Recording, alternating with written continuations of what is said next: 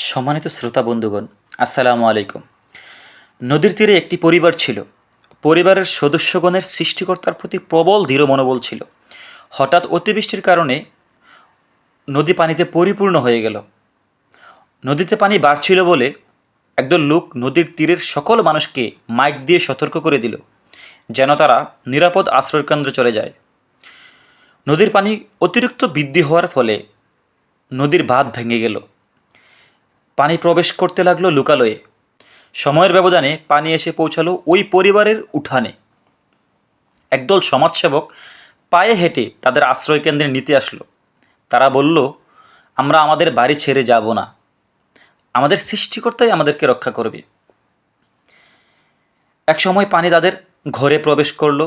নৌকা দিয়ে একদল লোক তাদেরকে নিতে আসলো। তারা বলল একই কথা, আমাদের সৃষ্টিকর্তাই আমাদেরকে রক্ষা করবে। কিন্তু পানি কোনোভাবেই কমছে না। সময়ের ব্যবধানে পানি তাদের ঘরের ছাদ পর্যন্ত পৌঁছালো। একদল লোক হেলিকপ্টার দিয়ে তাদেরকে নিতে আসলো। কিন্তু তারা আবারও বলল, আমাদের সৃষ্টিকর্তাই আমাদেরকে রক্ষা করবে। কিছুক্ষণ পর পানি বেড়ে লোকগুলো মারা গেল।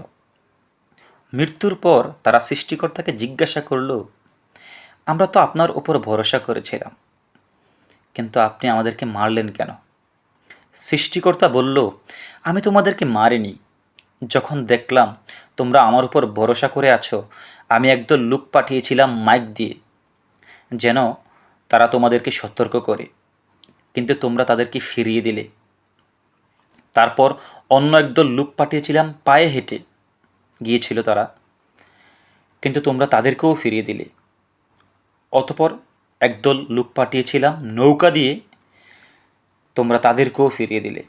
অতপর যখন দেখলাম তোমরা তারপরেও আমার উপর বিশ্বাস করে আছো, ভরসা করে আছো, দেন আমি একদল লোক পাঠালাম হেলিকপ্টার দিয়ে, তোমরা তাদেরকেও ফিরিয়ে দিলে।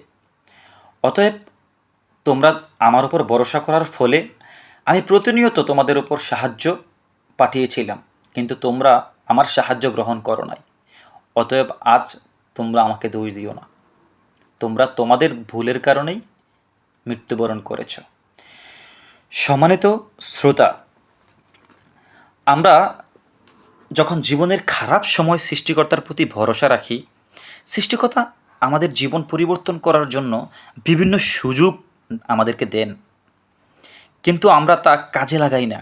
সুতরাং জীবনে আসা প্রতিটি সুযোগকে কাজে লাগাতে হবে। যদি আপনার জীবনে আসা প্রতিটি সুযোগকে আপনি কাজে লাগাতে পারেন, আমি বিশ্বাস করি আপনি সফলতার সর্বোচ্চ শিখরে পৌঁছতে পারবেন। সম্মানিত শ্রোতা বন্ধুগণ, আজকে এই পর্যন্তই। দেখা হবে অন্য একদিন অন্য একটি সময়ে কোনো এক পজিটিভ গল্প নিয়ে আপনাদের সামনে উপস্থিত হব। ততক্ষণ পর্যন্ত ভালো থাকবেন, সুস্থ থাকবেন, আর আমাদের চ্যানেলকে সাবস্ক্রাইব করে আমাদের পাশে থাকবেন। আসসালামু আলাইকুম।